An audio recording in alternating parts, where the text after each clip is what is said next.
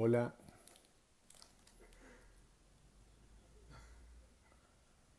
A ver, compartir en un grupo. No sé si me están viendo. Compartir transmisión.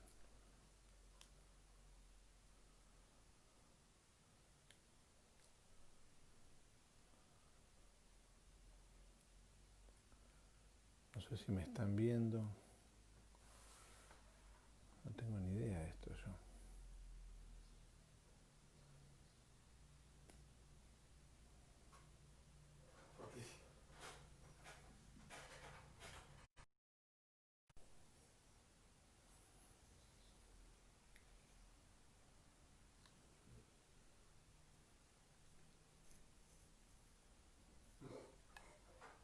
Arre.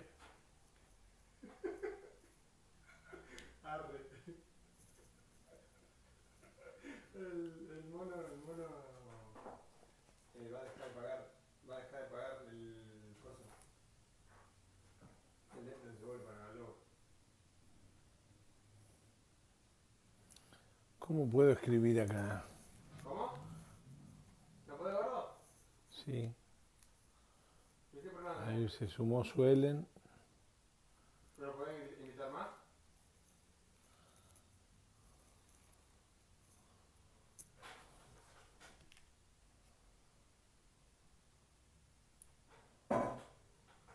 Topo, Topo. Hoy moriste, hoy te mataron a vos, ¿no? Primero.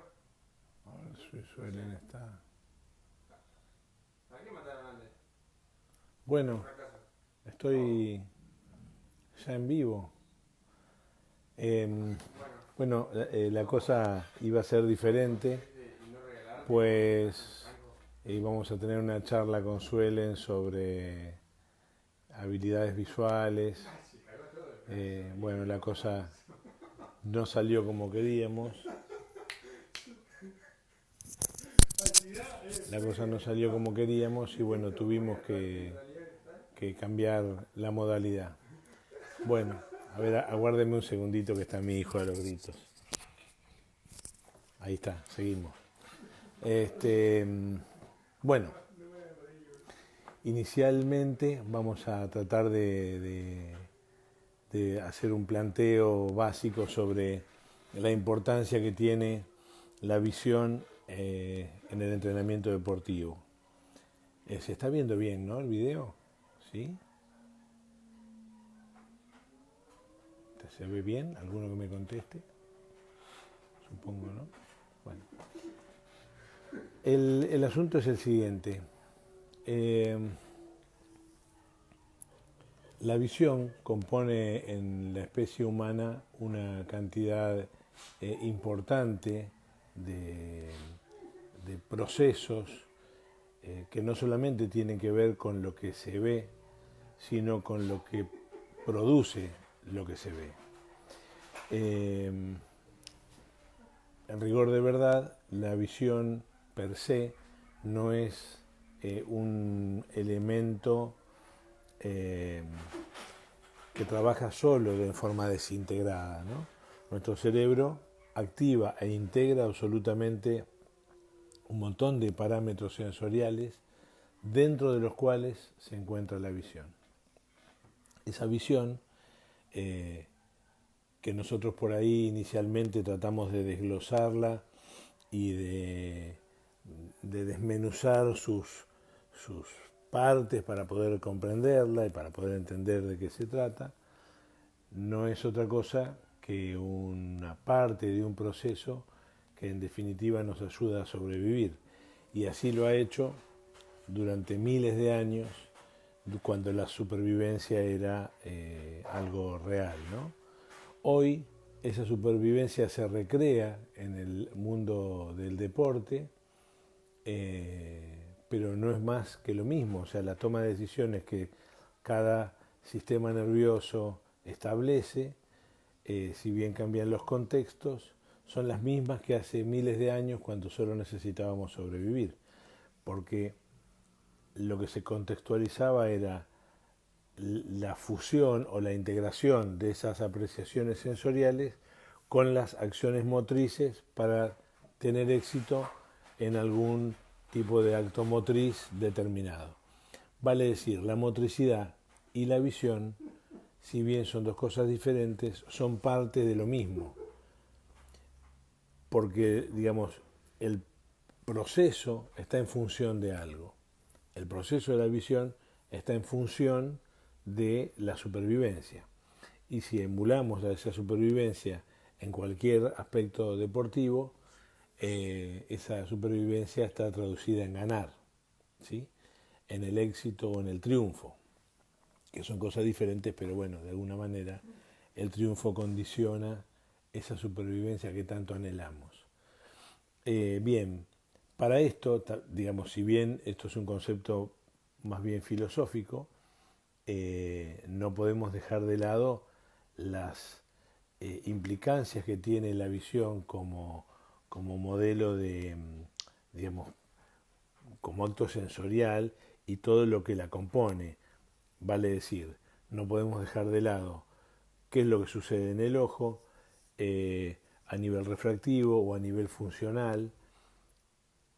No, digamos, esos son aspectos que hay que tenerlos en cuenta a la hora de poder determinar algún tipo de entrenamiento, que esto vendría medio al final, ¿no?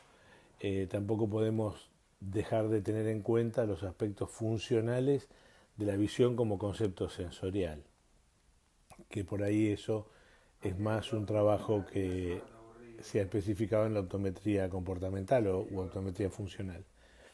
Pero, digamos, hoy yo puedo, digamos, puedo pensar que la visión y la motricidad no están divididas. La visión y la motricidad están juntas, y mucho más teniendo en cuenta si nosotros establecemos los parámetros que tienen que ver en la motricidad justamente con la reequilibración dinámica del cuerpo. O sea, para que haya movimiento tiene que haber pérdida de equilibrio y una reestructuración de ese equilibrio dinámico para poder desarrollar cualquier movimiento, caminar, correr, en fin.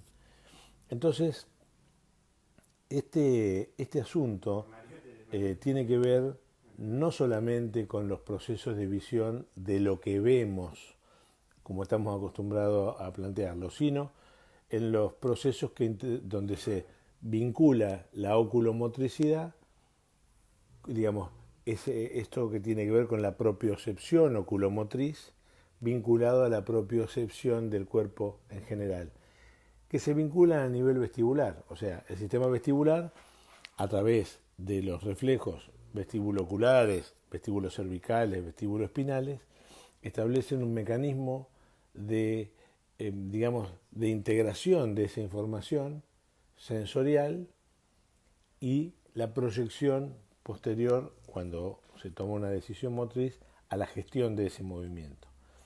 Entonces,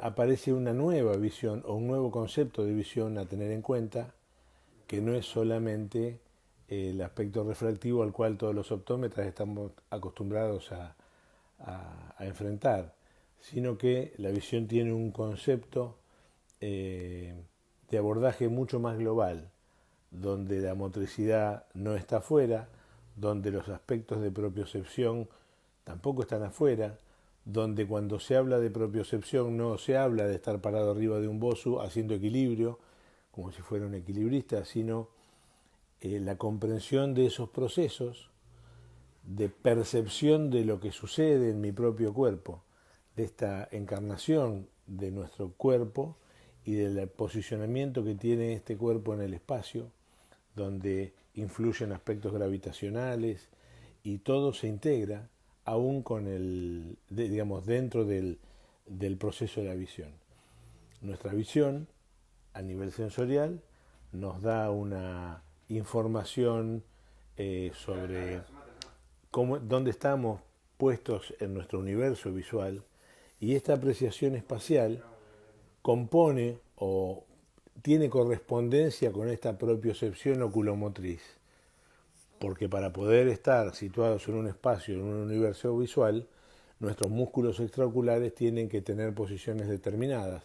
Estas posiciones determinadas, que tienen percepción propia, componen esta propiocepción oculomotriz, que se vincula en forma directa con la propiocepción general, que a veces, digamos que si bien es un proceso consciente, tiene etapas de conciencia y etapas de inconsciencia. A ver, yo puedo, digamos, mi sistema nervioso sabe cómo tengo articuladas mis piernas, mis rodillas, mis manos, pero por ahí nosotros no tenemos en el plano de la conciencia realmente qué es lo que está haciendo cada una de las cosas, porque los movimientos son más automáticos.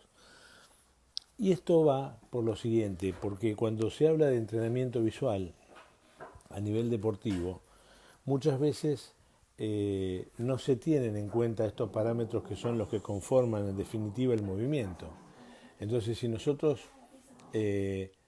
podemos conocer la formación del movimiento, cómo la especie humana puede moverse y cuáles son los aspectos de la sensación propia de esa motricidad, vamos a tener la posibilidad de gestar algún tipo de trabajo, de entrenamiento, para que ese trabajo pueda generar beneficios de aprendizaje en un individuo, que además ese individuo va a estar atravesado por parámetros emocionales que tal vez en algún momento el ejercicio que yo plantee le favorezca o a veces no. Entonces, el tema de la visión no queda solamente en la visión, sino que hay que tener un parámetro global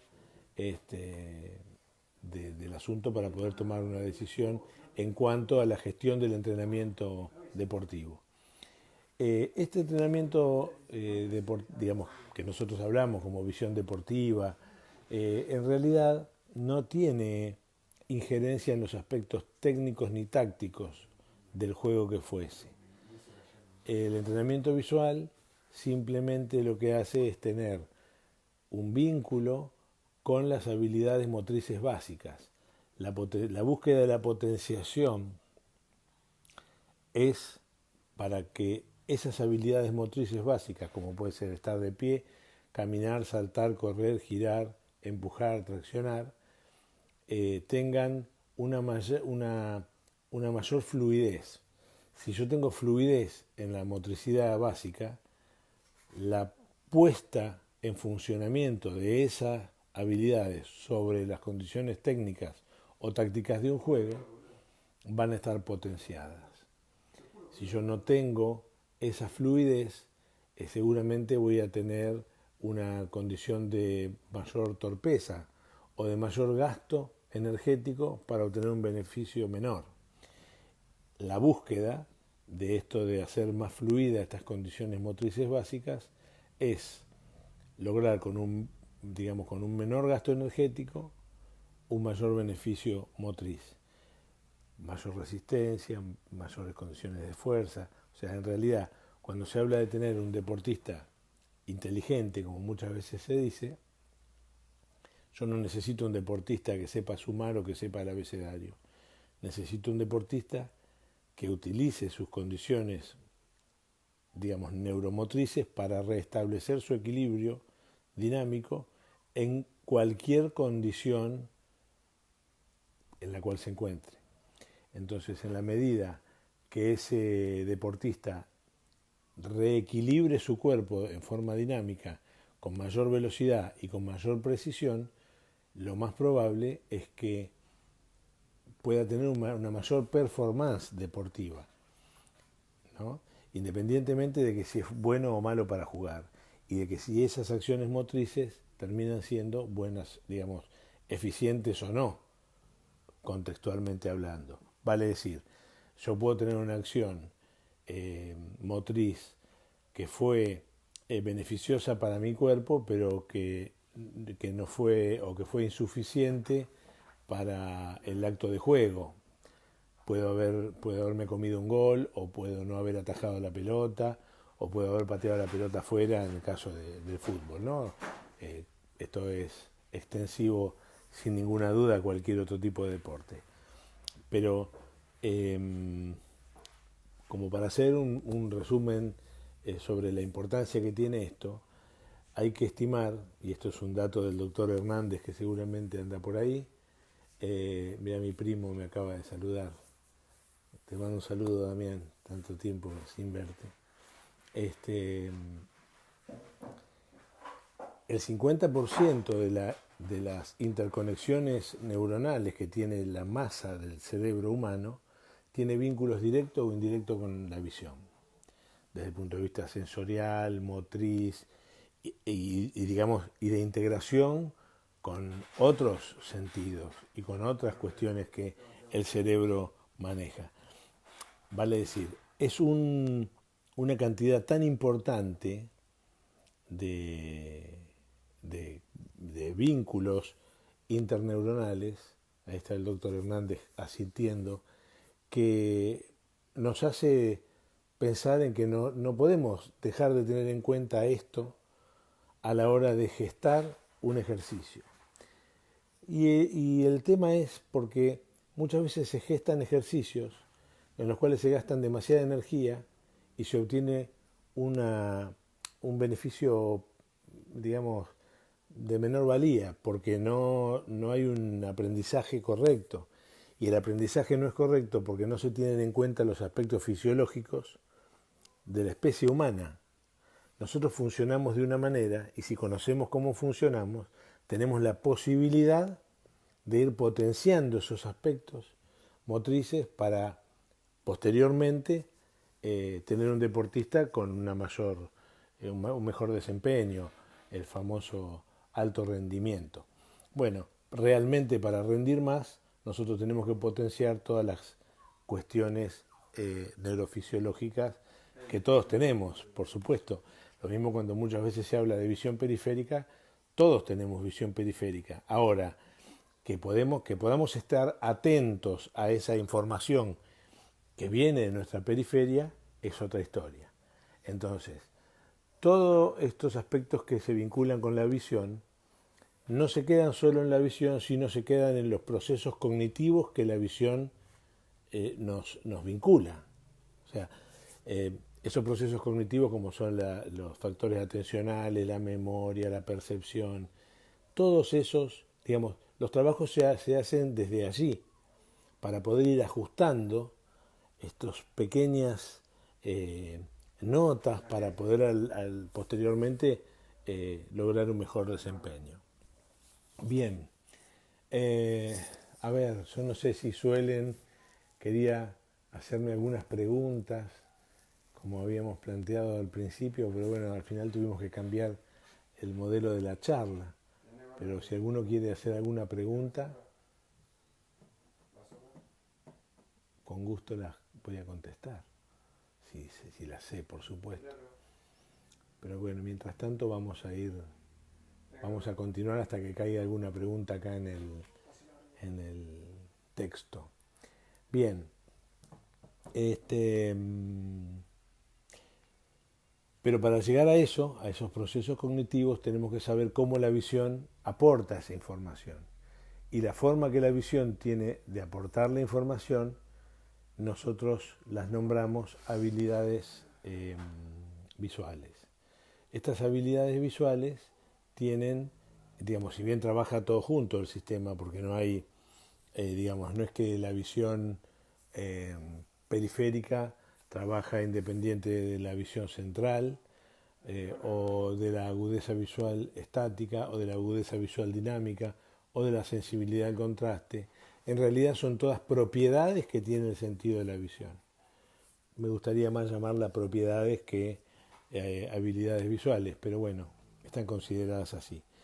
Pero no son otra cosa que propiedades. La visión la visión de cada uno tiene un nivel de sensibilidad al contraste, un nivel de agudeza visual estática, un nivel de agudeza visual dinámica, un nivel de capacidad de enfoque y de flexibilidad de ese sistema de enfoque a las diferentes distancias, una capacidad de visión binocular que muchas veces es variable. A ver qué dice el profe Benítez Parra. Sería correcto ya integrar la ciencia de la biomecánica en nuestro protocolo de evaluación y entrenamiento visual. A ver más. Bueno, creo que claro que es correcto. En realidad hemos estado hablando con varias personas especialistas en biomecánica y muchas veces no se tiene en cuenta el desarrollo de las habilidades visuales o del concepto de la propiocepción oculomotriz relacionada a la propiocepción general. Esto de no tenerlo en cuenta, digamos, lo voy a decir de otra manera, muchas veces la biomecánica queda atrapada en un modelo más mecanicista o más motricista, más relacionado a la motricidad, y no se tiene en cuenta que realmente la motricidad parte de la sensorialidad. Entonces, esta propiocepción oculomotriz tiene un vínculo directo y atraviesa directamente a la motricidad general, porque así se genera a nivel del sistema vestibular, quien es el responsable de generar las pautas para mantener el equilibrio, en forma estática y en forma dinámica. Y si nosotros no tenemos equilibrio, no tenemos un buen movimiento. Entonces, este tema de la biomecánica, los especialistas en biomecánica en realidad debieran o vincularse con los optometristas o empezar a incorporar este asunto de la visión. A ver, Federico Arroyo. Te quería preguntar si con el entrenamiento de la visión se pueden mejorar los reflejos y no puedo abrir más que esto. Y los tiempos de respuesta. Claro, claro que sí. Pero en realidad, yo no sé si antes era más partidario de mejorar los reflejos y los tiempos de reacción. Y yo hoy no creo mucho en el tema de los tiempos de reacción. Yo creo hoy en una reacción que sea contextualmente adecuada. Por ejemplo, Maradona no era un jugador rápido, sin embargo, sus acciones eran absolutamente certeras. Entonces, yo prefiero una persona que tome buenas decisiones independientemente de que sean rápidas o lentas. Espero haberte contestado como corresponde. A ver, Laura, un deportista que tiene una paresia oculomotora por etiología y queda comprometido con diplopia con una propiocepción alterada, ¿cómo lo podríamos ayudar para poder restablecer su equilibrio dinámico? Laura, aquí hay que trabajar fuera del ámbito del deporte, en terapia visual, para resolver el tema de la paresia oculomotora, sin ningún tipo de duda.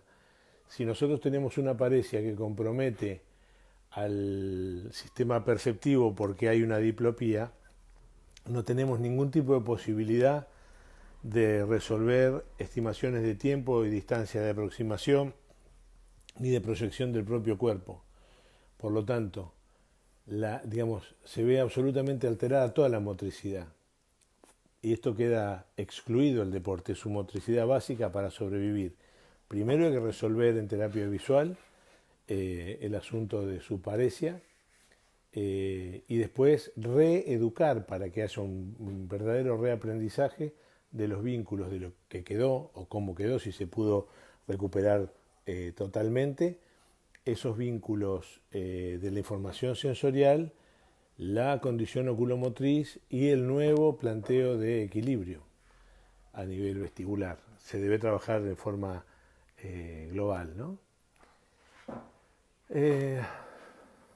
Menciones sobre el ojo técnico y el ojo táctico. Bueno, yo no sé si soy muy del ojo técnico y el ojo táctico. Yo creo que los dos tenemos, digamos, todos los seres humanos tenemos dos ojos. No sé si a eso es lo que te referís, Suelen, sobre el ojo técnico y el ojo táctico. Pero creo que nuestros ojos simplemente son dos elementos de captura de radiación electromagnética y no más que eso, ni menos, ¿no? Pero en realidad cada vez creo que nosotros vemos con todo nuestro cuerpo. Entonces, esta visión que nosotros la percibimos, porque nosotros estamos percibiendo lo que vemos con todo el cuerpo, con nuestros factores emocionales, con nuestros factores atencionales, esta visión pasa a ser un proceso más, digamos, tan integral, porque es muy posible que si, ahí está mi amigo Mario Mouch en el camino, es muy posible de que si alguno de los que están aquí mirando no está de buen humor, la imagen que vean no le cause demasiada gracia. Y si está de buen humor, esa imagen va a cambiar.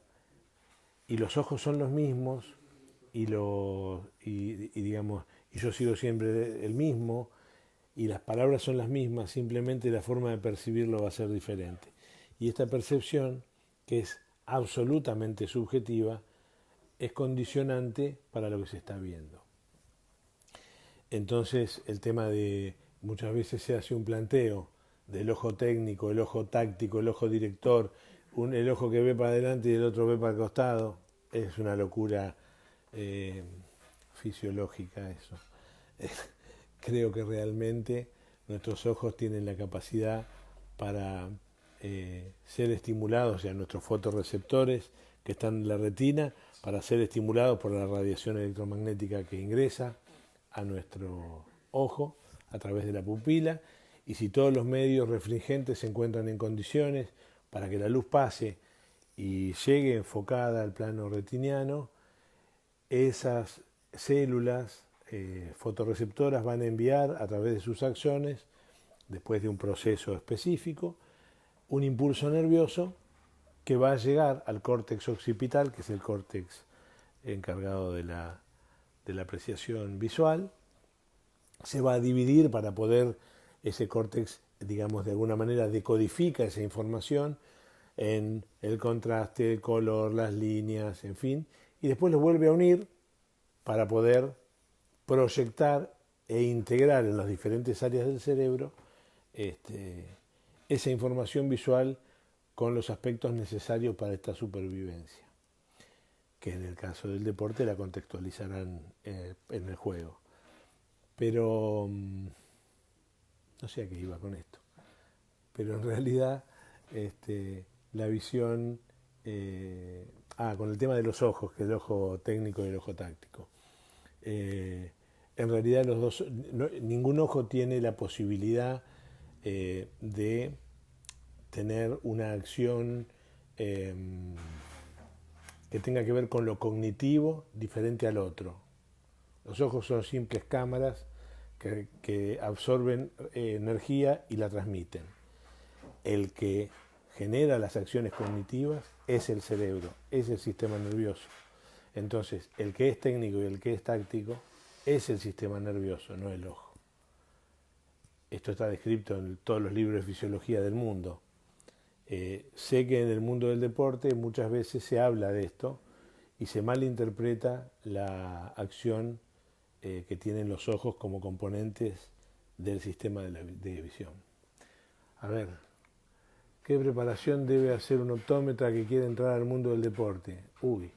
Bueno, va a tener que estudiar. Bueno, a ver, ¿cómo decirte suelen? En realidad los optómetras que queremos dedicarnos al mundo del deporte, tenemos que empezar a leer mucho de neurología, tenemos que leer mucho de fisiología, hay que leer sobre motricidad, sobre control motor. En definitiva, tenemos que, primero, creo yo, salirnos de adentro del ojo y empezar a tener en cuenta que la visión no es un proceso que sucede ahí adentro. Simplemente la visión es un proceso de composición cognitiva de las apreciaciones sensoriales que ingresan. Y eso lo tenemos que entender. En la medida que empecemos a entender estos procesos, vamos a poder saber qué hacer. Pero para eso tenemos que incorporar otra información. A ver, otra pregunta de Villa Mercedes. Mariano, maravilloso es entrenar La visión, un gusto haber compartido. Bueno, un gusto. Esto fue la diplomatura de Rosario. Muy bien. Aquellos jugadores que requieren soporte contactológico, ¿qué es mejor, lentes de contacto o gafas? Doctor Hernández tiró una piedra. En realidad lentes de contacto. Solo a veces hay que tener en cuenta el ingreso de sudor a los ojos, que es bastante frecuente porque cuando el deportista transpira y la ceja se llena y se satura, puede haber ingreso de sudor, incorporando un líquido que tiene otra concentración de sal, diferente que la lágrima, lo que puede hacer que la lente de contacto perturbe su accionar normal y se comporte como un lente de contacto que a veces puede ser o más ajustado, por lo general, o más flojo, donde hay más movimiento, donde se genera digamos, justamente por el cambio de comportamiento de la lente de contacto, una lacrimación superior o mayor a la normal, y esto comienza un círculo vicioso que hace que el lente de contacto no esté cómodo y tal vez ese confort haga perder, digamos, un resultado deportivo, porque los factores atencionales van a estar puestos en el inconfort que hay en el ojo y no en la percepción. Así que espero haberte contestado, Alfredo. Pilar, se refiere a ojo dominante y no dominante. ¿Sería incorrecto entonces? Bueno, mira, el ojo dominante y el ojo no dominante son dos cuestiones que existen, como la dominancia sensorial que hay de todo nuestro cuerpo. Tenemos una mano dominante, una que no, que nosotros le llamamos la mano 2, un pie de habilidad dominante, una pierna de habilidad, digamos, de apoyo dominante, en fin. Pero en cuanto a los ojos se refiere, la dominancia ocular, como recién habíamos planteado, que los ojos son dos simples cámaras que recopilan información, el ojo no tiene acción cognitiva, solo el cerebro. Es el cerebro el que determina la acción que sucede con cada ojo. Y si nosotros planteamos, como a veces yo he escuchado en el ámbito del deporte, que si tenés el ojo dominante derecho, te tenés que parar de una manera o de otra, o recibir la pelota de una manera o de otra, porque tenés el ojo dominante de un lado, entonces yo creo que eso no es correcto. Creo que, digamos, el esquema de lateralidad de cada persona establece una pauta independiente en la motricidad de cada uno. Estas pautas, que son independientes, solamente caracterizan al movimiento de la persona. Nada más que eso, ni mejor ni peor. Yo puedo ser derecho, zurdo, y no es ni mejor ni peor uno que el otro.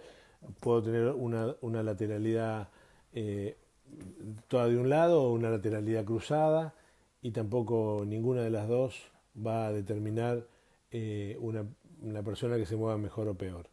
Sí, estas dominancias sensoriales tienen relación con lo que yo denomino predominancias motrices, y me atreví en el libro a modificar el test de Harris. Entonces, estas predominancias motrices que tienen que ver con el sentido de giro de la cabeza, sentido de giro de los hombros y de la cintura, que son con las que yo más me baso mi trabajo, tienen que ver con el impulso primigenio del sistema vestibular, porque el movimiento de la cabeza, digamos, todos los movimientos óculocefalogíricos son los responsables de mantener la escena visual quieta y no en oscilopsia. O sea, no sucede esto cuando yo voy corriendo.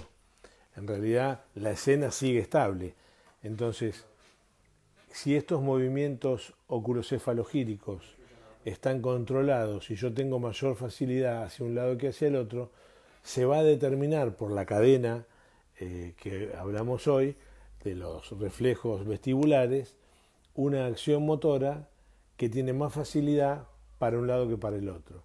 Y esto de alguna manera es lo que va digamos, a posicionar el cuerpo de una persona más fácilmente en una posición determinada de un campo de juego. Entonces, el tema del ojo dominante es simplemente por ser el dominante sensorial o el dominante motriz, no tiene ningún tipo de relación con la postura. La realidad es que las relaciones posturales son indirectas a través de estos reflejos vestibulares. Muy bien. A ver si había otra pregunta que quedó ahí medio en el camino. Nuestro trabajo es el objetivo de conseguir más sinapsis de los botones sinápticos de las neuronas para un mayor engranaje neuronal. Sí, de alguna manera sí, Roberto. Por ello sería más sencillo, más simplito la cosa. Porque, a ver, todo, digamos, por más que yo intente esta sinapsis, que en definitiva sí son así, en la profundidad, todos son procesos bioquímicos, nosotros los podemos evidenciar a través de los procesos cognitivos, que son los que de alguna manera los podemos tener a la vista, porque nosotros no podemos ver la sinapsis. Sí, esos procesos cognitivos que conducen a una acción motora. Entonces, por ahí yo prefiero quedarme con lo que puedo ver, porque es más lo que puedo evaluar, aunque todos saben, los que me conocen, que no me gustan las evaluaciones, porque justamente estos procesos cognitivos, al estar atravesados por las emociones, conducen a una evaluación que no tiene demasiado sentido. Yo puedo generar en el doctor Roberto Benítez todas las sinapsis que él está pretendiendo y que sea parecido, hermano o primo de Superman, y resulta que si ese día se le enfermó el perro o discutió en su casa, el resultado deportivo va a ser negativo. Entonces, ¿esto qué quiere decir? ¿Que no logró esas sinapsis? Sí las logró, pero esos procesos emocionales atraviesan su ánimo y van directamente a vincularse con una menor performance. Sin ninguna duda, mi amigo Roberto. A ver si hay alguna otra pregunta. No hay más preguntas, nadie quiere preguntar. Bueno, vamos a tratar de continuar. Vale decir, entonces cuando nosotros tratamos de realizar un esquema de entrenamiento, lo que primero tenemos que hacer es un control visual a nivel funcional, para poder determinar, como si tuviéramos un DNI de ese deportista, y saber bien cómo ve y cómo tiene esos procesos visuales. Esto un poco en respuesta a la pregunta hoy de la diplopía. Tenemos que lograr la emetropía, o por lo menos el mejor nivel visual de cada persona. Esto de alguna manera determina si un deportista puede ser profesional o amateur, porque supongamos que encontramos en la evaluación visual a una persona con problemas visuales y lo resolvemos. Si realmente lo resolvemos, puede esa persona aspirar al deporte profesional. Si realmente no se resuelve, van a estar implicados las estimaciones de distancias, de tiempos de aproximación, de velocidad, de cálculo de velocidad, y un profesional no puede tener errores, porque esos errores en realidad lo alejan del triunfo. A ver, doctor Hernández, ¿la forma de ver la sinapsis es la mejora del aprendizaje del deportista? Claro que sí, desde el punto de vista cognitivo, claro que sí. Pero no la podemos ver cuando está ahí tirando rayitos. A ver, considera que muchos se enfocan en lo... no sé qué puso. Suelen, quedó ahí cortada la pregunta. No, considera que existe mucho enfoque en la parte cognitiva y no al entrenamiento visual. Mira, sinceramente, lo que veo muchas veces es que cuando se habla de, de entrenamiento cognitivo, en realidad lo que se está haciendo son conducciones a reflejos condicionados. Entonces yo te muestro un número 5 y tenés que ir para allá, te muestro un número 2 y tenés que ir para el otro lado. Y en realidad yo estoy condicionando tu movimiento ante la percepción de un número. Eso no es, digamos, es como proceso cognitivo es bastante pobre, creo yo. Yo lo que tengo que lograr es que digamos, el factor visual determine a través del vínculo de la propiocepción oculomotriz y la propiocepción general un esquema de equilibrio, perdón, digamos, que sea contundente, que sea sólido a nivel estático y a nivel dinámico, para que no te caigas y puedas sobrevivir. Y si esto lo trasladamos al deporte, esa supervivencia nos va a hacer ganar. Pero muchas veces estos entrenamientos que a veces se ven, que aparentan ser visuales o aparentan ser cognitivos, en realidad lo que hacen es condicionar respuestas. Y yo no sé si eso, a ver, no está mal, pero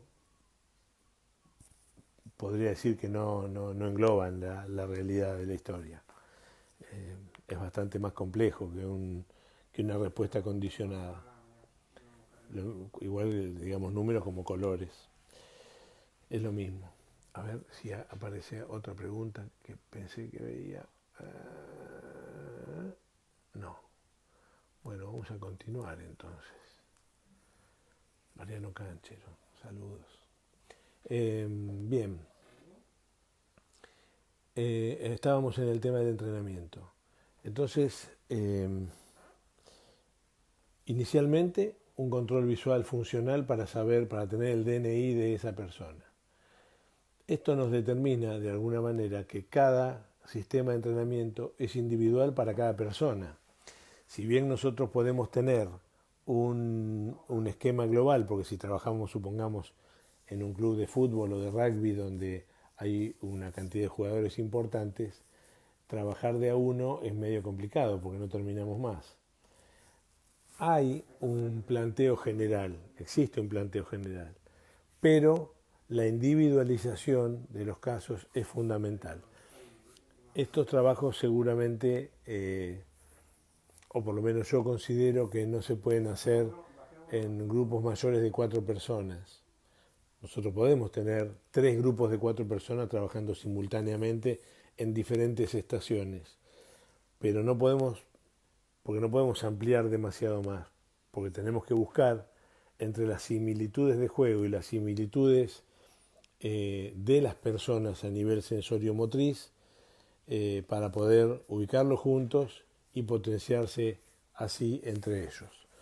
Entonces, yo tengo que hacer con cada deportista un planteo muy finito donde podamos potenciar el lado 2, que antiguamente fue llamado el no dominante, pero en realidad tiene dominio para otras cosas, por lo menos para sostener al lado 1. No existiría el lado dominante si no estuviera el otro.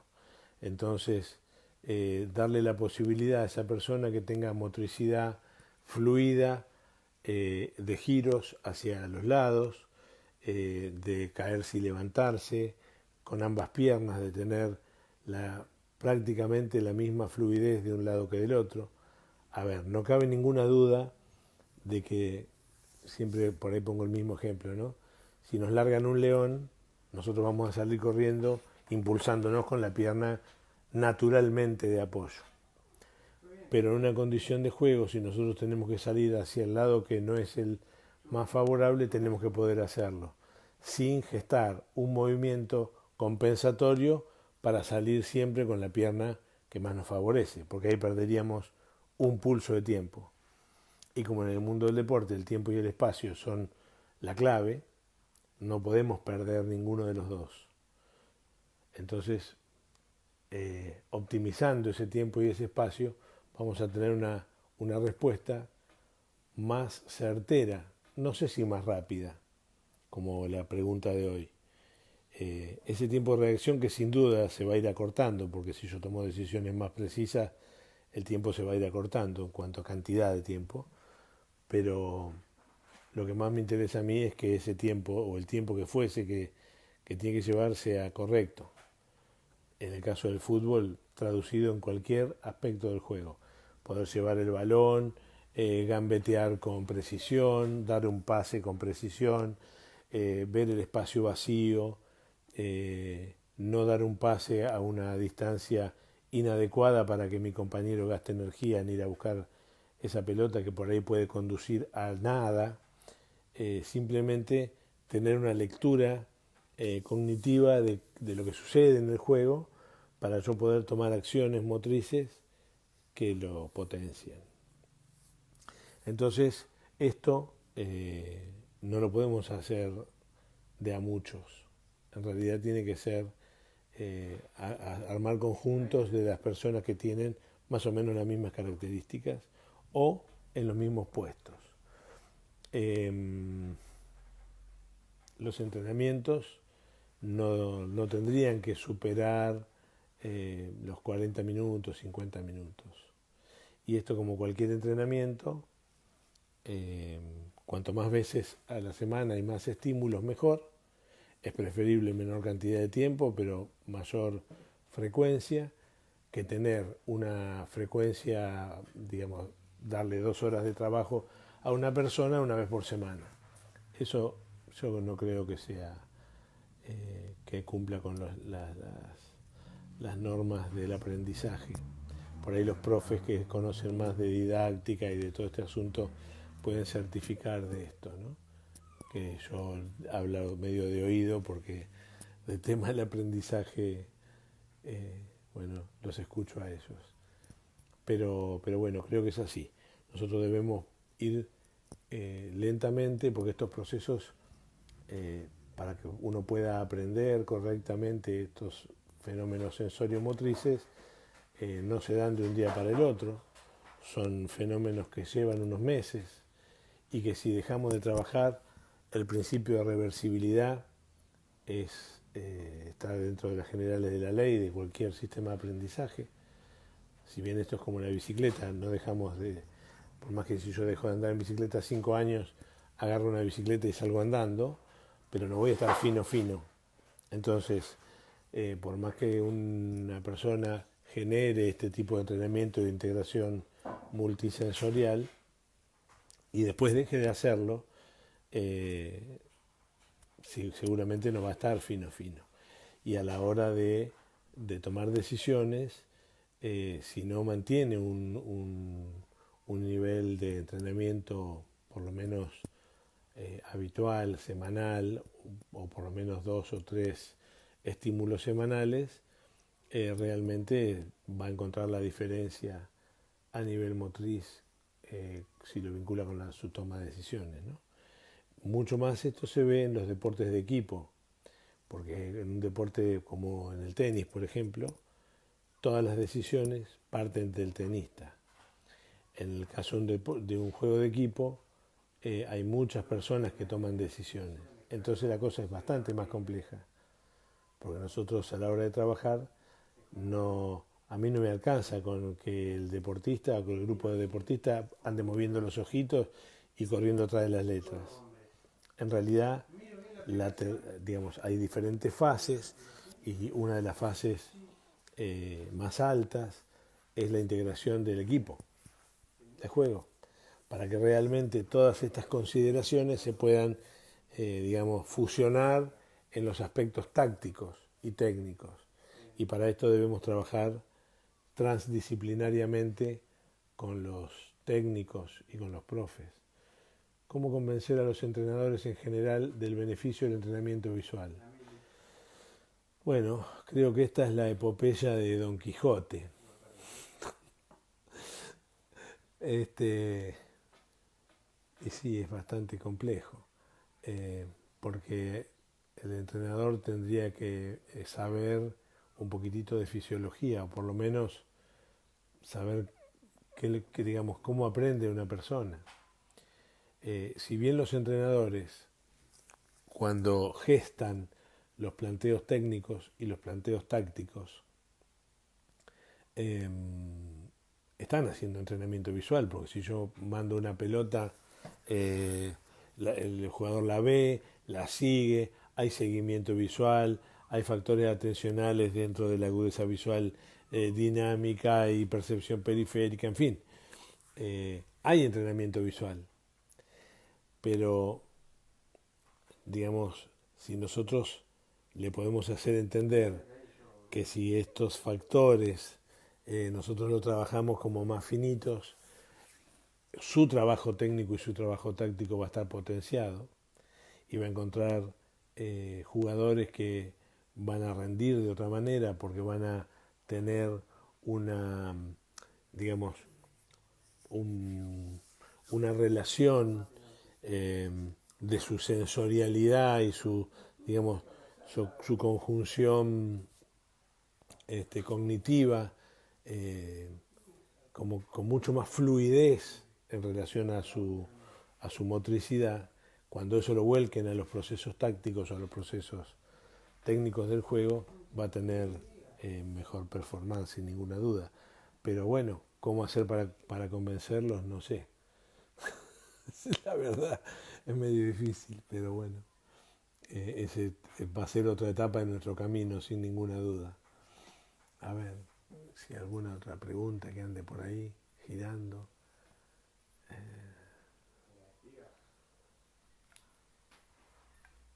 Bueno, veamos. Otra de las cosas que por ahí que estaría bueno plantear es el tema de la transdisciplina. Que si bien no tiene por ahí demasiado que ver con la visión específicamente, creo que es un tema bastante importante.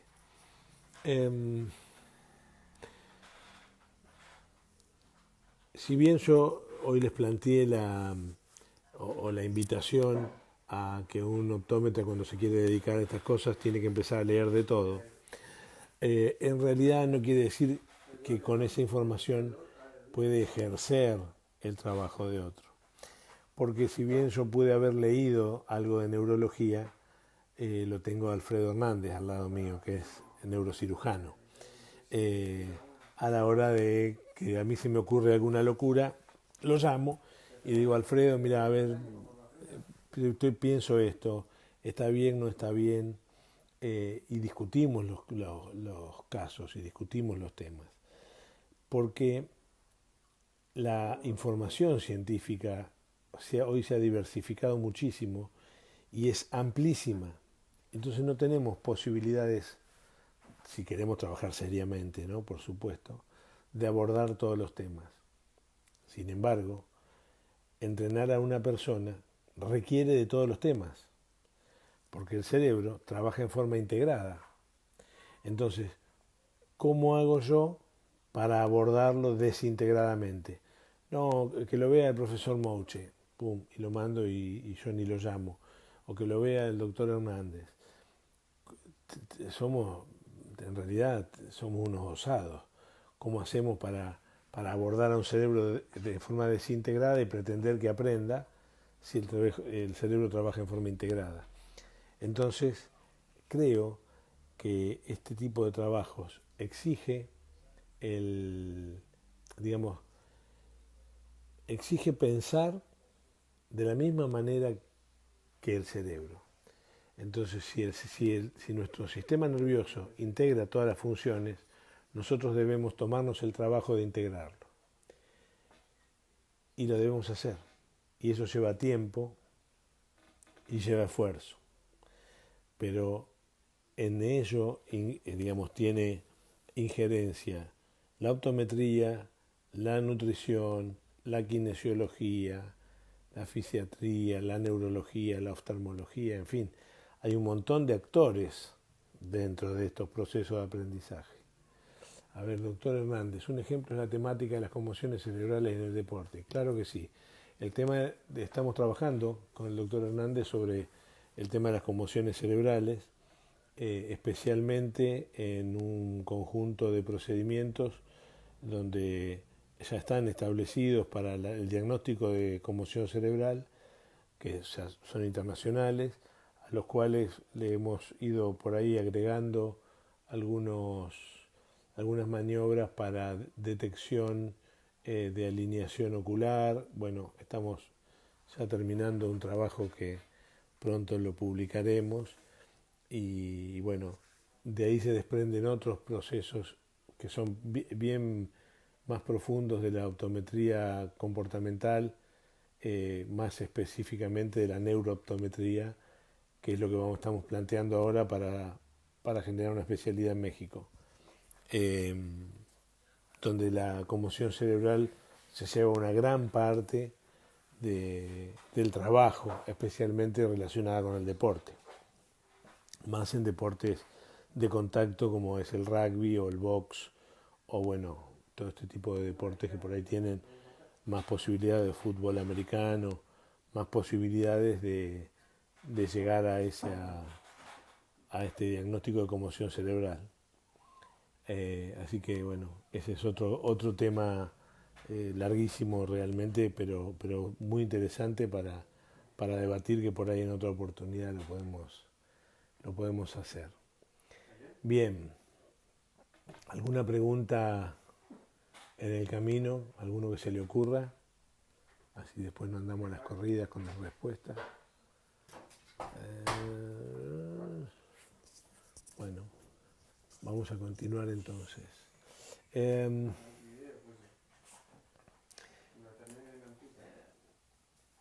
Una de las cosas más por ahí importantes a la hora de relacionar las habilidades visuales es lo que tiene que ver con los cálculos de distancia, que muchas veces se planteaba en este ambiente a partir del ojo dominante. Y volvemos un poquitito atrás. Y la realidad es que las estimaciones de distancia no tienen que ver con el ojo dominante, tienen que ver con la calidad de la visión binocular. Entonces, esta visión binocular, que en su especialización más profunda nosotros podemos valorar sus niveles de visión estereoscópica, y la posición oculomotriz, vuelvo a ese término que empezamos a incorporar de propiocepción oculomotriz, nosotros lo relacionamos con la estimación perceptual de nuestro universo visual, donde nosotros estamos ubicados en ese universo, información proporcionada por la visión periférica.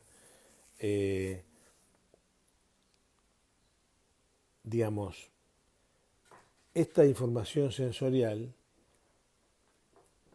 cortada por la información muscular, nos va a dar, además del vínculo con los factores motrices intrínsecos que corresponden a la capacidad de enfoque, nos va a dar la posibilidad de estimar a qué distancia estamos de un objeto. Es por esto que a veces trabajar con un ojo tapado, a veces se ven ejercicios con los ojos tapados como para poder estimar o poder capturar mejor una pelota del tamaño que fuese, no tiene ningún tipo de sentido, porque trabajar monocularmente para poder estimar distancias se generan otros procesos que no son conducentes a la hora de ponerlos en función del rendimiento deportivo. Monocularmente, la estimación de las distancias se establecen en general por patrones relacionados con la sensibilidad al contraste, fusiones de colores, sensibilidad al brillo, pero que la realidad es que las estimaciones más finas de distancias están relacionadas a la visión binocular, a la posición de nuestros músculos extraoculares, al valor motor que tienen cada punto extrafoveal y a la capacidad de enfoque. Eso no hay ningún tipo de duda. Entonces, en la medida que nosotros potenciemos la conciencia de estos factores relacionados a la visión, más certeza vamos a tener de una distancia. Esta certeza de las distancias, si nosotros la trasladamos en el tiempo, vamos a poder tener la posibilidad de estimar el tiempo de aproximación de un balón, por ejemplo, y el tiempo de proyección de mi cuerpo o del objeto que yo, digamos, pateo o lanzo. Pero esto no se queda solamente ahí, sino que se integra con factores asociados a la audición. En el tenis, por ejemplo, si nosotros le tapamos los oídos a un tenista y simplemente tiene que, digamos, que accionar su motricidad de acuerdo a la visión, sin escuchar el impacto de la pelota del otro lado, va a tener muchísimo más dificultades, porque aunque la audición, digamos, contempla menos información a nivel del sistema nervioso central, tiene menos perturbaciones que la audición. Que la visión. La visión maneja tanta información que para lograr un foco atencional hay que estar verdaderamente puesto. Entonces tiene que inhibir un montón de otra información que tiene que quedar afuera, porque si no, no podríamos estar atentos a todo. Entonces, esta velocidad de aproximación, por ejemplo, de una pelota, si nosotros no tenemos la intervención de la audición para consolidar el cálculo, sería mucho más difícil. De esto parte los procesos de entrenamiento integrados. Nosotros no podemos, digamos, desintegrar los sentidos. A ver, acá tengo otra pregunta. El entrenamiento visual que se da a los deportistas, ¿es diferente para cada deporte o solo debemos mejorar las habilidades visuales? A ver, es diferente para cada deporte porque no es lo mismo la natación que el fútbol, por ejemplo. Sin embargo, los seres humanos tenemos estas habilidades visuales que se vinculan a los procesos cognitivos, que se vinculan a la atención, que se vinculan a la motricidad, a la gestión del equilibrio y del reequilibrio dinámico, y esto es igual para todos. Para mí, cuando salgo a hacer los mandados a la esquina, al supermercado, o para una persona que está jugando la final del mundo, es exactamente igual. Lo que cambia es el contexto. La final del mundo tiene un contexto y yo caminando al supermercado otro. Pero, en definitiva, los procesos fisiológicos que se generan, independientes de la visión, son los mismos. Por lo tanto, son los que debemos trabajar, independientemente del deporte. Ahora, que hay otras fases a las cuales nosotros vamos a darle con mayor preponderancia porque el deporte así lo requiere, es una historia. A ver, no es lo mismo el tiro al blanco o la arquería, donde la agudeza visual estática es la que reina porque está presente permanentemente, a, no sé, el squash, que la pelota va a una velocidad, o la pelota paleta, que la pelota va a una velocidad espantosa. Y hay un dinamismo total. Pero en definitiva, todos compartimos las habilidades visuales. Un saludo a María Elena de México. Pilar, trabajan también con neuropsicólogos vinculados al deporte y en realidad sí, digamos, todas las personas que intervienen en los procesos cognitivos y en los procesos emocionales y en todo esto que compone a la supervivencia de un ser humano son parte del equipo de trabajo, sin ningún tipo de duda, porque los factores emocionales son los que de alguna manera ponen de manifiesto todos estos procesos. O sea, si yo en este momento dijese que estoy viendo, y yo estoy viendo un celular con una pantalla prendida, donde hay algunos renglones con letras que dicen cosas, y eso es lo que estoy viendo, pero estoy totalmente despojado de un proceso cognitivo. Si yo les dijese verdaderamente lo que estoy viendo, me estoy viendo a mí en una pantalla hablando solo, porque no pudimos hacer una conexión con Suelen y no me pudo hacer la nota, como la habíamos pensado. Entonces estoy más nervioso que de costumbre, no sé lo que digo, tengo que salir no tenía nada preparado. Entonces eso está atravesado por el factor emocional y por lo tanto, si estuviésemos en un proceso de aprendizaje para mí, debiéramos tener todos los actores si yo fuese un deportista. Entonces, bueno, creo que va por ahí la cosa. A ver, que no sé si no quedó alguna otra pregunta por el camino.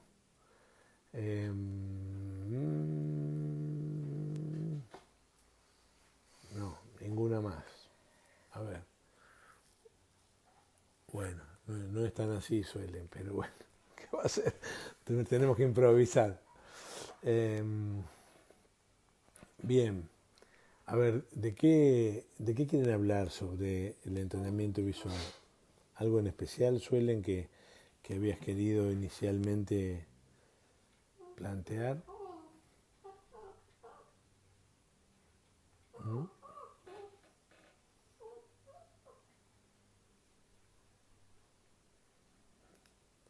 Bueno, a ver, algún optómetra que quiera tirar un balazo.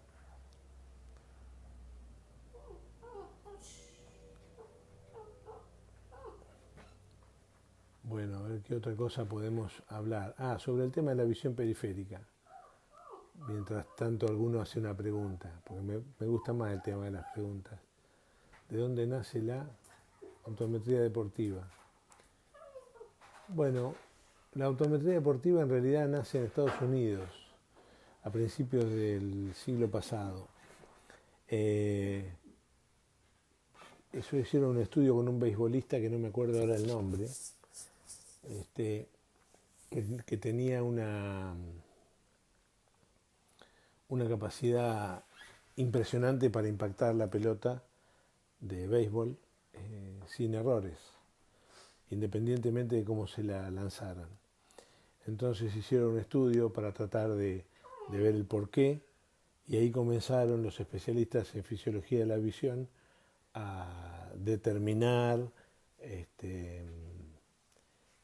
digamos, los procesos por los cuales no tenía verdaderamente errores. Y bueno, ahí nace la optometría deportiva. Ahí los optómetras comportamentales americanos empezaron a dedicarse a esto. Pero esa dedicación, a mi criterio, capaz que yo me equivoco porque, como en tantas cosas, estaba más dedicada al entrenamiento visual puro, como la terapia visual. Y muchas veces yo he leído cosas actuales, inclusive americanas, que no plantean estos procesos visuales relacionados estrictamente a la motricidad como algo integral y común, ¿no? Por ahí se sigue haciendo un planteo muy oculomotriz o muy sensorial, pero puro de la visión, y no incorporado a un planteo global, ¿no?, que tenga que ver con la supervivencia. Bien, a ver, pipapum, siempre preguntan de eso. Diferencia entre entrenamiento nocturno y diurno. Bueno, acá estamos en un tema importantísimo, independientemente del, digamos, de la cantidad de información que hay, porque en el entrenamiento diurno, al haber mayor radiación electromagnética, hay, digamos, hay mucho mayor cantidad de fotorreceptores relacionados con la visión del color que en el caso del entrenamiento nocturno, aunque haya iluminación artificial. Porque si nosotros vemos la iluminación artificial, si nosotros medimos con un fotómetro a la altura de la cabeza de los jugadores, seguramente la cantidad de luz va a ser bastante deficiente. Por lo tanto, la apertura pupilar va a ser consecuente a eso, la profundidad de foco va a ser consecuente a eso, y seguramente va a haber mucho más cantidad de fotorreceptores bastones ocupados de la visión de contraste, ¿no?, blanco y negro, por decirlo así rápidamente y menor cantidad de fotorreceptores conos responsables de la visión en color. Y si nosotros tenemos en cuenta que a nivel foveal la conformación neuronales de fotorreceptores conos, vamos a tener una dificultad seguramente marcada en los niveles de agudeza visual. Y si a esto lo trasladamos a la agudeza visual relacionada con el tiempo y el movimiento, agudeza visual dinámica, al tener menor valía, seguramente vamos a tener menores posibilidades de una visión binocular estereoscópica profunda. Por lo tanto, las estimaciones de distancia y las relaciones con el movimiento van a estar alteradas. Así que, pero bueno, digamos, si esto lo hablamos a nivel de entrenamiento, está bueno también que se pueda entrenar en todas las condiciones para poder aprender y tomar decisiones en todas las condiciones de iluminación. Más allá de lo que podemos hablar de los factores de la luz azul y todo este tema, que no es para en este momento. Entrenamiento de arqueros, Ignacio Ledesma. Nacho, ¿cómo andás? Bueno, ¿qué te voy a decir a vos que entrenás a los arqueros de los Leones? Selección argentina de hockey, campeón olímpica. ¿Qué te puedo decir? Pero sin ninguna duda que el entrenamiento visual es fundamental, más en arqueros relacionados al deporte que vos trabajás. Porque yo recuerdo en esa oportunidad que fuimos al CENAR para ver a los arqueros y trabajar con los arqueros, yo nunca había visto de cerca el hockey profesional y de hombres, y nunca había podido percibir la velocidad del impacto. Es tan fuerte que realmente me costaba comprender cómo tenía la posibilidad de poder ver el disco y poder reaccionar con velocidad hacia la dirección, ¿no?, donde venía el impacto. Realmente para este caso es fundamental. No hay ningún tipo de dudas, no tengo ninguna duda que en el mundo de este deporte debiera ser prácticamente obligatorio, te diría, porque si no, yo no le veo posibilidades de desarrollar a un deportista de élite donde no se trabaje profundamente la visión. En el caso de los Leones, bueno, los arqueros son brillantes y tienen una capacidad de respuesta contextual absoluta. Realmente yo me quedé maravillado. Muy bien. Parece que no se nota que estoy nervioso, pero sí, estoy nervioso. A ver si quedó alguna otra, alguna otra pregunta. Bien. Hasta que caiga alguna otra vamos a seguir hablando de visión periférica. No sé cuánto tiempo queda. El elemento visual, lo sabemos mejorar las habilidades visuales. No, contesté todo, ¿no? Neuropsicólogos, sí. Bueno,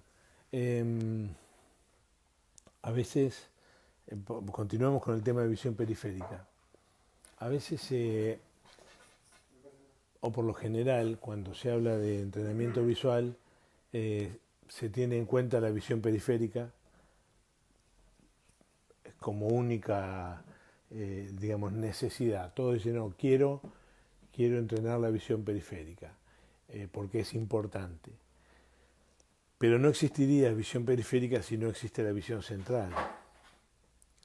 Por lo tanto, si bien la visión periférica es importante, nosotros tenemos que aprender a qué es lo que podemos hacer con la información que viene de la periferia para contextualizar nuestra visión central, que es la que de algún modo nos va a determinar por dónde vamos a ir. A ver, Hola maestro, ¿qué estrategia nos podría ofrecer para enfrentarnos a los directores técnicos de las diversas disciplinas que tengamos acceso para poder ofrecerle esta herramienta de entrenamiento? Ir a hablar con el neuropsicólogo, amigo de, a ver quién fue el que nos dijo del neuropsicólogo, que lo busco, pero hay que ir a hablar, Pilar Cairo, hay que ir a hablar con el neuropsicólogo para que los convenza, porque yo no tengo muchas herramientas, a mí tampoco, a mí me cuesta bastante también, pero sí, creo que es todo un trabajo por hacer, ¿no? Convencer a los directores técnicos, eh, pero bueno, ¿qué va a ser? Bueno, continuamos entonces con esto que veníamos de la visión periférica. Esta información que a veces nos llega, yo estoy mirando para acá y me llega una información como recién que yo me movía, en realidad una perrita que hay en casa que me está tironeando con un juguete y me tira y yo me muevo, ¿no? Yo la puedo percibir con mi periferia, pero si yo realmente quiero generar una acción motriz, tengo que desviar mi cabeza o mis ojos para alinear mis fobias con el nuevo punto de atención y ahí poder determinar mi acción. Entonces la visión periférica per se no sirve para nada si nosotros no potenciamos la visión central, que es la que va a conducir nuestro gesto motriz y es el que va a conducir nuestro sistema de equilibrio. Entonces, si yo quiero generar un ejercicio, ¿por dónde empiezo? Y esto va para los profes. ¿Empiezo por las piernas o empiezo por la posición de la cabeza? Yo quiero hacer sentadillas, por ejemplo, porque viste que los profes te mandan 3 de 10, sentadillas. ¿Por dónde arranco? Por cómo pongo las piernas, las rodillas, abra las piernas a la altura de los hombros, viste que te mandan todo. O por la posición de la cabeza. Si nosotros estamos planteando que el reflejo oculovestibular desencadena una serie de reflejos a nivel vestibular para mantenernos equilibrados, si yo no tengo estos procesos previos ajustados, no puedo hacer la sentadilla porque me caigo. Porque la posición de mi cabeza, la posición de mi cuello, de mis hombros, de mi torso, va a estar relacionado a eso. Por lo tanto, para yo poder ofrecerle a mi sistema una buena postura de mi cabeza, una buena postura de mi cuello, tengo que tomar decisiones relacionadas a la sensorialidad. Entonces, esta sensorialidad que viene, esta información que viene de la visión central y de la visión periférica, yo tengo que poder tomarla y saber qué hacer. Entonces, la visión periférica por sí misma no nos ofrece nada si nosotros no relacionamos eso con los procesos centrales que van a conducir a la bifijación y a la correcta postura de la cabeza y cuello. Por lo tanto, hombros, pecho, torso, pelvis y ahí el desarrollo motor que yo necesite en el momento, ¿no? Entonces, muchas veces se hacen trabajos de visión periférica que lo único que hacen es perder el tiempo porque no lo contextualizan. Todos los trabajos visuales que nosotros de alguna manera aprendemos y los dividimos, como vuelvo a repetir lo que dije al principio, los dividimos para entenderlos, pero trabajan en forma integrada. Entonces, esta integración es la que nosotros tenemos que comprender para generar procesos de entrenamiento que faculten a la persona a tener una fluidez de su motricidad más desarrollada. Y de esa fluidez va a surgir la potenciación de los gestos deportivos, ¿no? Muy bien, no sé cómo andamos ni de tiempo ni de preguntas. A ver, cómo estamos para poder desarrollar otro tema.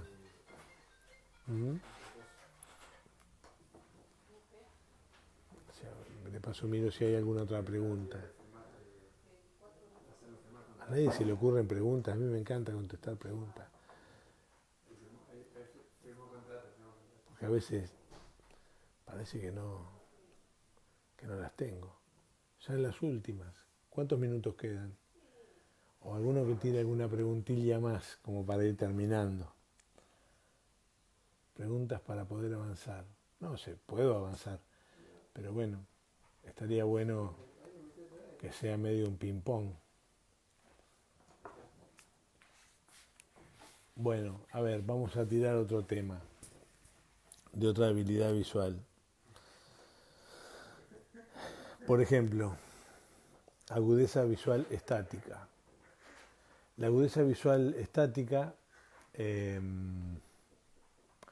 esa condición donde podemos cuantificar la visión cuando el objeto y el sujeto están en forma estática.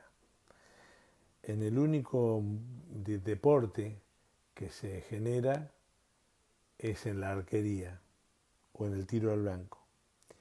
En ningún otro deporte existe la agudeza visual estática, porque la condición de dinamismo es permanente. Así que las posibilidades de trabajar la agudeza visual estática relacionada a los procesos de fijación y refijación son potencialmente reducidas a pocos deportes. Bien, ¿influye la edad del deportista en el entrenamiento visual?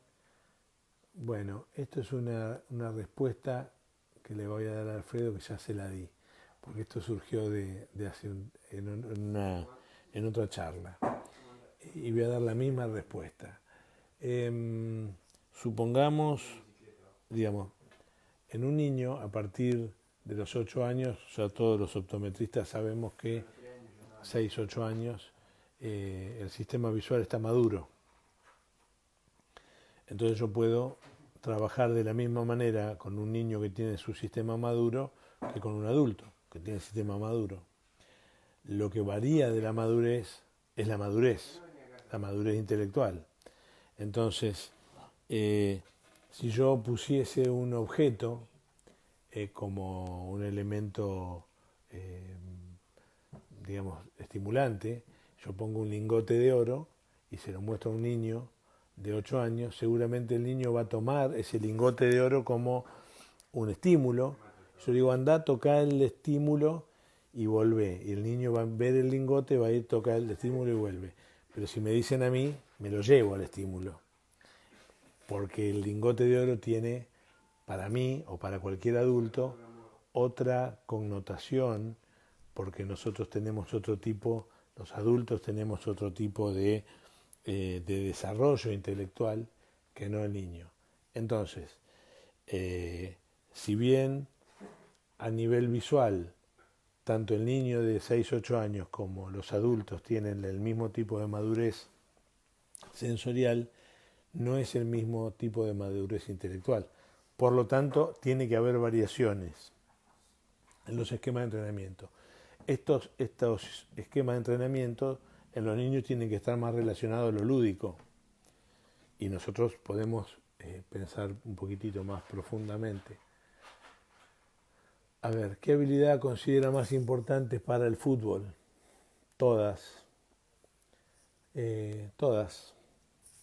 Habilidades visuales, todas. Porque en realidad la visión funciona absolutamente integrada. Agudeza visual estática, por en algún momento hay posiciones estáticas, dinámica, sensibilidad al contraste, qué sé yo, todas. Profundidad, digamos, flexibilidad, acomodación, motilidad ocular, absolutamente todas. Y se deben trabajar todas para poder tener un vínculo profundo con la motricidad. Bien, ¿evitar lesiones con el entrenamiento visual? Claro que sí. Si yo, vamos a desandar el camino. Si yo establezco a través del entrenamiento visual una potenciación que es virtual realmente, de la propiocepción oculomotriz que se relaciona con la propiocepción general a través de los reflejos vestibulares, y yo puedo tener un sistema de equilibrio y de reequilibrio dinámico con mayor precisión y velocidad, en un índice de trayectoria, voy a tener menos posibilidad de lesionarme, porque voy a ejercer con mucho menor esfuerzo acciones motrices, digamos, más eficientes. Y no voy a ver, por ejemplo, si yo puedo dar un pase con mayor precisión, vamos a poner en el fútbol, de pie a pie, voy a hacer que mi compañero no corra para ir a alcanzar la pelota en todos los tiros, salvo que sea necesario. Entonces estoy de alguna manera haciéndole ahorrar energía. Ese ahorro de energía global, de alguna manera está resolviendo problemas de lesiones, que muchas veces son productos del desgaste de los jugadores durante el partido. Entonces, estos procesos de reequilibración son importantísimos para el control de las lesiones. No quiere decir que esto va a resolver todo, ¿no? Sin duda. A ver, la optometría comportamental en Ecuador es un tema bastante nuevo. ¿Podría usted brindarnos un concepto de optometría comportamental? Saludos desde Guayaquil.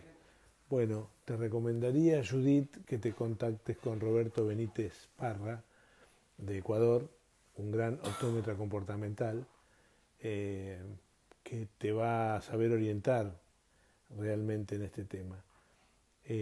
Porque la optometría comportamental, no, digamos, que trabaja sobre terapia visual, bueno, Roberto la ejerce muy bien, pero bueno, está ocupada más de resolver ciertos problemas que tienen que ver con la oculomotricidad también, pero ya desde un punto de vista no de potenciación de habilidades relacionadas a un deporte, donde por ahí no existen problemas, valga la palabra, ¿no? En este caso la optometría comportamental trabaja sobre problemas fusionales, problemas musculares, oculomotores, paresias, parálisis, en fin. Y hoy cada día se está integrando más con los temas motrices. O sea, yo creo que esto de la optometría comportamental y la optometría comportamental deportiva están absolutamente fusionadas. Creo que lo que cambian son los contextos, pero nosotros a través del movimiento podemos lograr, por el camino inverso, grandes beneficios para el sistema de la visión, ¿no? A nivel global me refiero, en visión, en la parte motriz, en la parte sensorial, la visión binocular, en fin. Creo que el desandar del camino puede ser importantísimo. Bien, a ver si aparece alguna más. No hay más preguntas. Tan escaso de preguntas los muchachos. Bien, a ver, espera que quería... acá un poco voy a... Esta pregunta que hizo Alfredo sobre la edad, voy a ampliarla un poco. Y esto tiene que ver con lo siguiente. Muchas veces, digamos, la pregunta que aparece es si es más importante empezar a trabajar de niños que en adultos. Yo creo que sí, que cuanto más chicos sean las personas, digamos, esta plasticidad neuronal por ahí está más viva. No quiere decir que los adultos no tengamos plasticidad neuronal, pero sí esta posibilidad de aprendizaje es mucho más natural, mucho más ávida en los niños. Entonces estos procesos pueden ser más exitosos. Sin embargo, la evidencia muestra que si nosotros podemos empezar a trabajar con un joven que ya tiene su madurez sensorial y su madurez motora, también se pueden obtener beneficios. Esto relacionado a al deporte profesional. Porque muchas veces a mí me han planteado en diferentes clubes o los mismos técnicos o directivos, si me han dicho, no, esto estaría buenísimo para las divisiones inferiores, como si una persona de 30 años o de 20 y pico de años no pudiera aprender. Entonces, sin duda que en divisiones inferiores estaría buenísimo, porque si el día que ese niño llegue a una división profesional, si ya viene con toda una conducción, un hilo conductor de entrenamiento sensorio-motriz, va a lograr cosas realmente importantes, pero como es un joven profesional, también puede tener una potenciación importantísima de su esquema deportivo. Ningún tipo de duda de eso. Eso es un tema importante para plantearlo, porque habitualmente es una de las preguntas que siempre aparecen. Bien, preciso. ¿Cuáles son los equipos principales para trabajar en entrenamiento deportivo? Judith, no entiendo tu pregunta. ¿Equipos te referís a instrumental?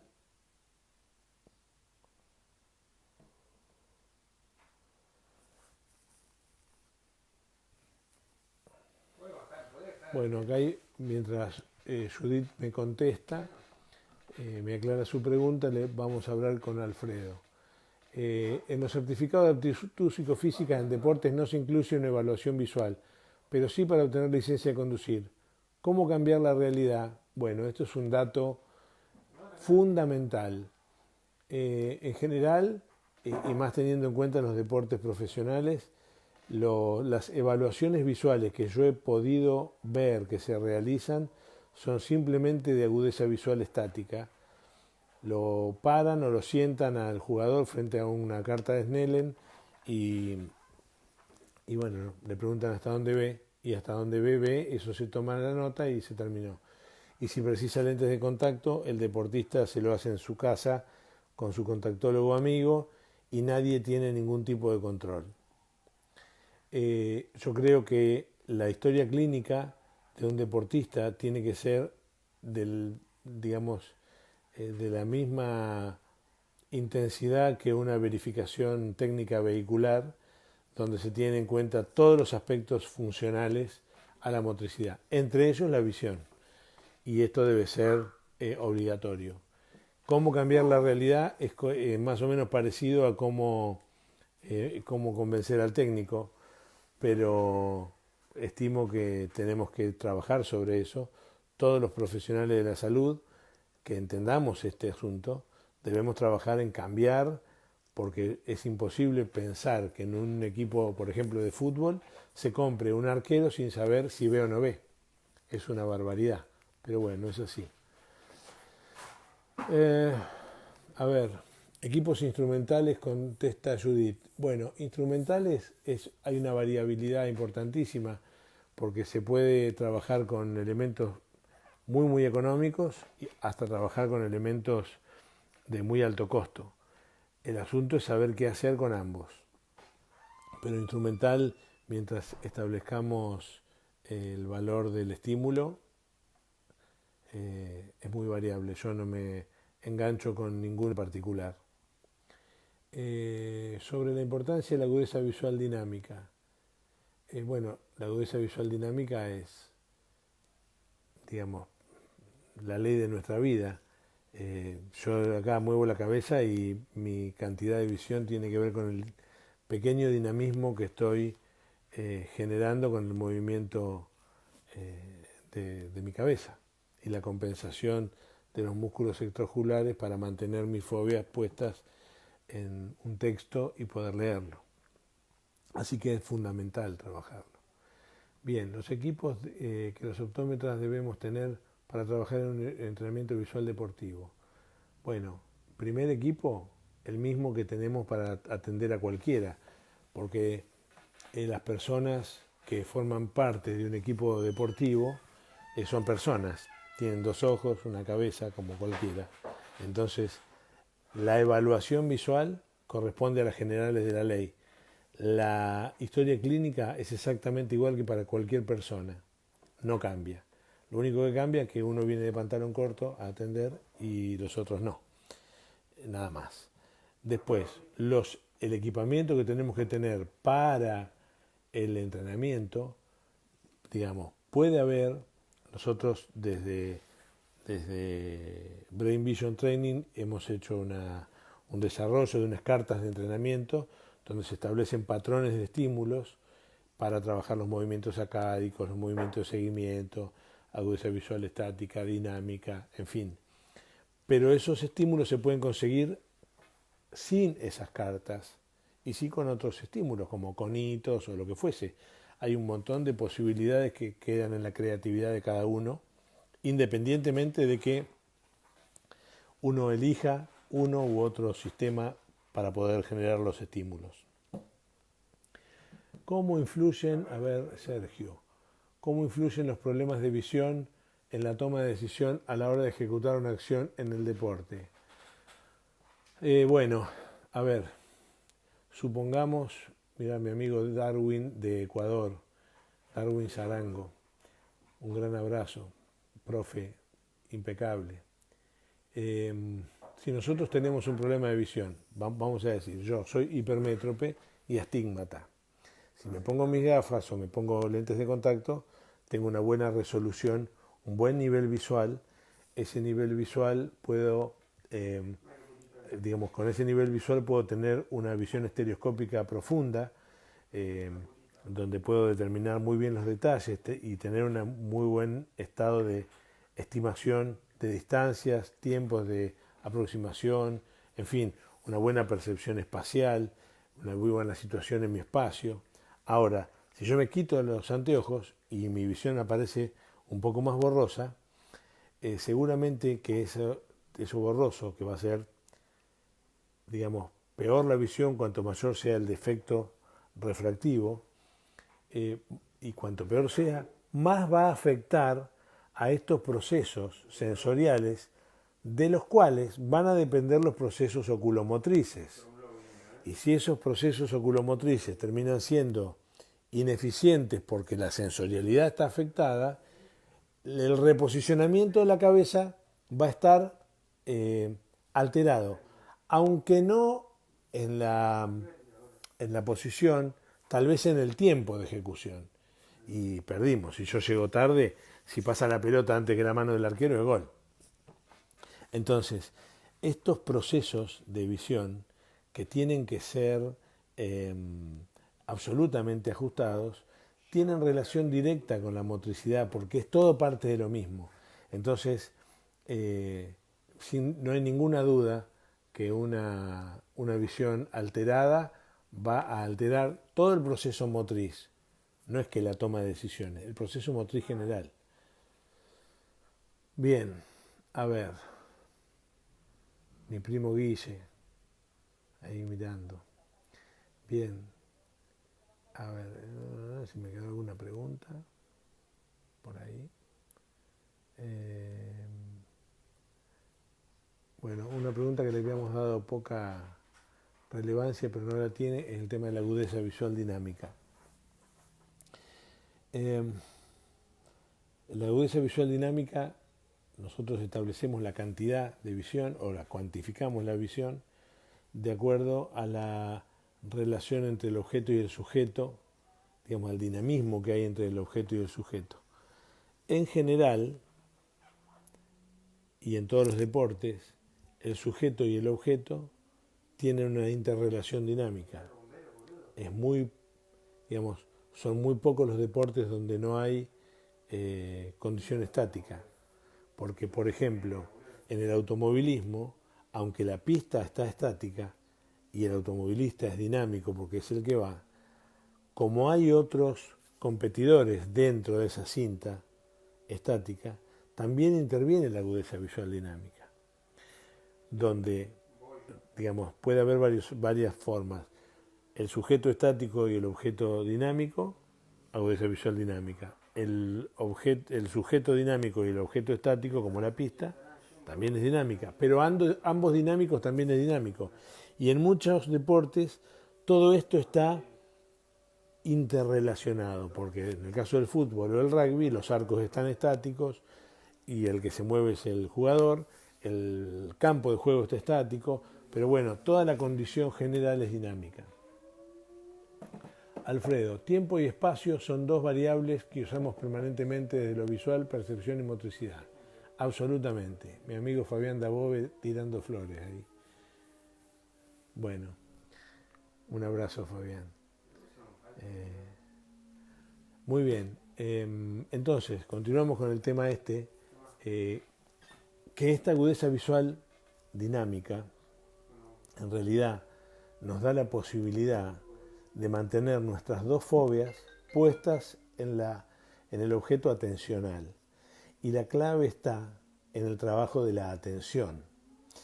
En la medida que nosotros empecemos a estudiar estos procesos, atención, memoria, percepción, vamos a poder darnos cuenta que dentro de ellos surgen solos, digamos, los procesos de la visión, y estas habilidades visuales están solitas adentro. La agudeza visual dinámica, la agudeza visual estática, la sensibilidad al contraste, en fin, todo está metido dentro de estos factores cognitivos, de estas funciones cognitivas que tenemos. Entonces,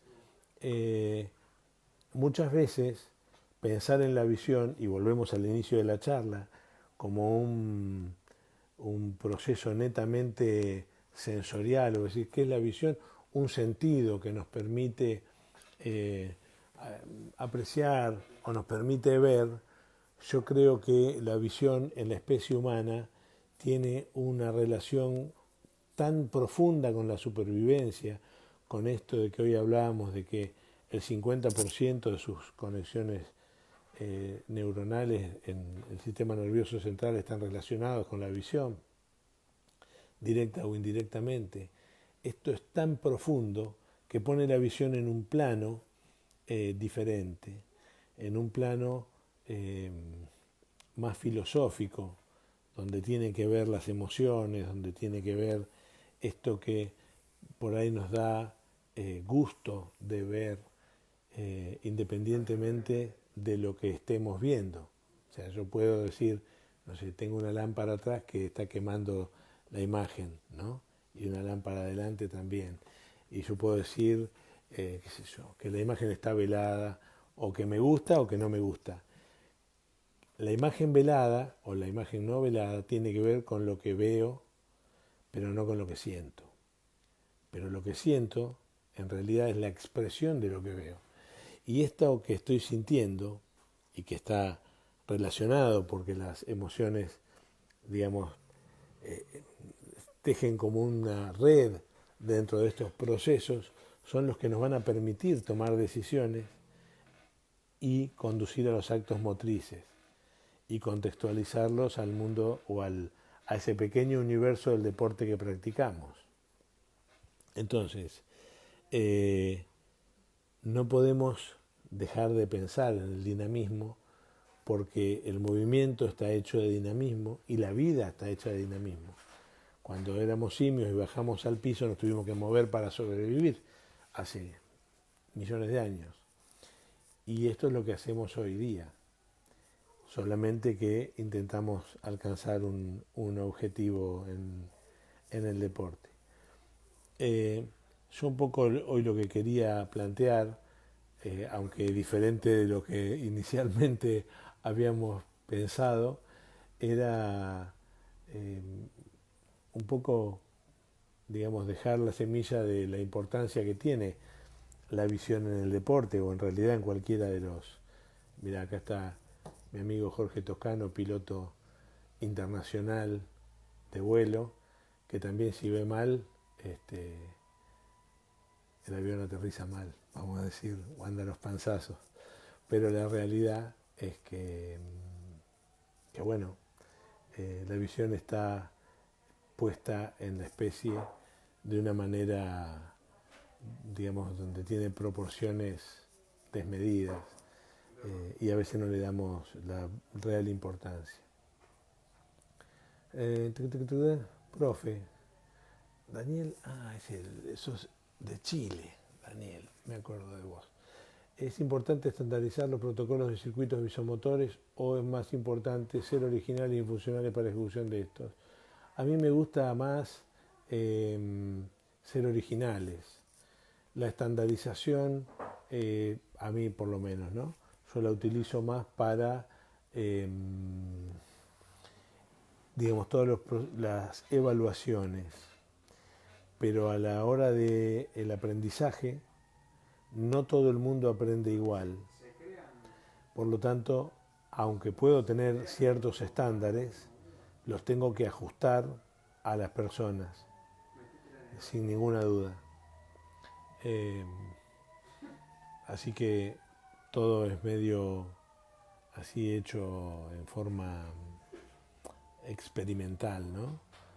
Iba a estar, digamos, por supuesto que sustentado en todos los procesos que conocemos, funcionales y fisiológicos, pero el aprendizaje tiene que estar en función de la persona. El modelo de Brain Vision Training que he planteado en el libro es un modelo es un modelo abierto, que no está enlazado a ningún tipo de protocolo cerrado, así, estandarizado, y que individualiza el trabajo con cada persona. Digamos, no hay ninguna duda, puede haber dos mellizos, gemelos, que juegan al mismo deporte, en el mismo puesto, y como emocionalmente son distintos, en los procesos de aprendizaje seguramente serán diferentes. Y a nosotros nos toca como educadores, porque de alguna manera sí lo somos, cambiar. Los que debemos cambiar somos nosotros, para que esa persona obtenga un mayor beneficio.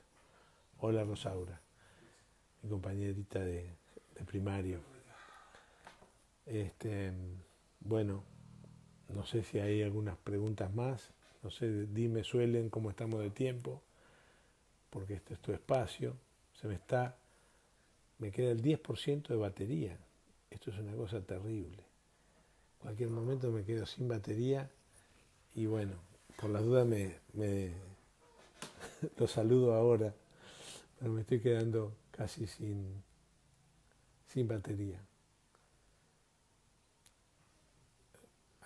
¿Cómo estamos? Ya estamos finalizando. Bueno, no sé, Suelen, si vos querés decir algo.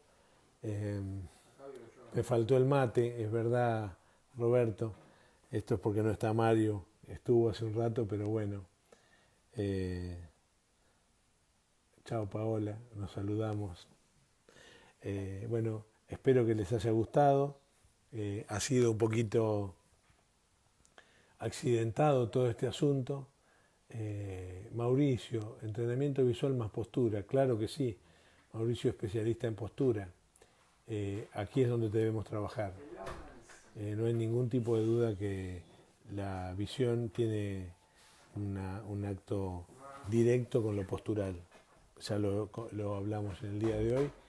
Así que bueno, muchas gracias. Bueno, muchas gracias a ustedes por escucharme, por hacerme preguntas y espero haber podido responder con un poquito de información que por ahí pueda tener. Espero no haberlos aburrido. Les mando entonces un cordial saludo y nos vemos la próxima. Chao.